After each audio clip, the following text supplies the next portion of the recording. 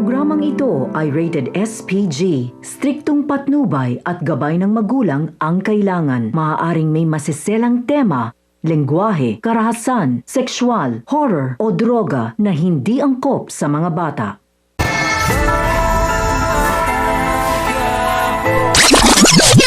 Sa pag-uwi ni Tess ay tinanong niya kay Santino kung kinatanggol ba tumutuloy si Tinding. At kahit hindi naman aminin ni Santino ay alam niya umano at malakas ang kanyang kutob na magkasama si Tinding, Noy at Tanggol.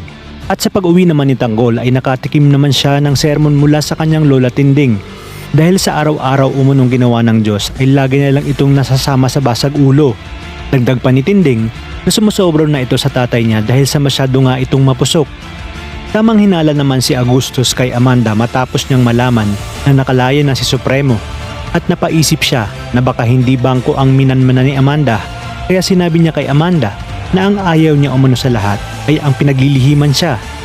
Habang mag-isang umiinom si Rigor ay sinabi niya sa kanyang sarili na hanggang kamatayan umano ay hindi na siya tinantanan ni Ramon, pati na rin ang anak nito na walang ibinigay sa kanya kundi perwisyo.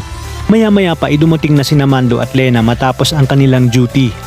Sinabi ni Lena kay Rigor na naniniwala siyang wala itong ginagawang mali at isa pa nga daw umano si Rigor sa pinakamalinis na pulis sa kanilang departamento kung kaya't bilib na bilib siya dito. Hindi na nga nagtagal pa at nagpaalam na si Mando dahil hinahanap na siya ng kanyang misis kung kaya't tuwang-tuwa si Lena dahil silang dalawa na lang ni Rigor ang natira.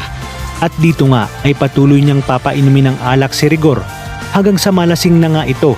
Ngunit may balak pala itong si Lena na tikman si Rigor dahil nga sa matagal niya na itong gusto.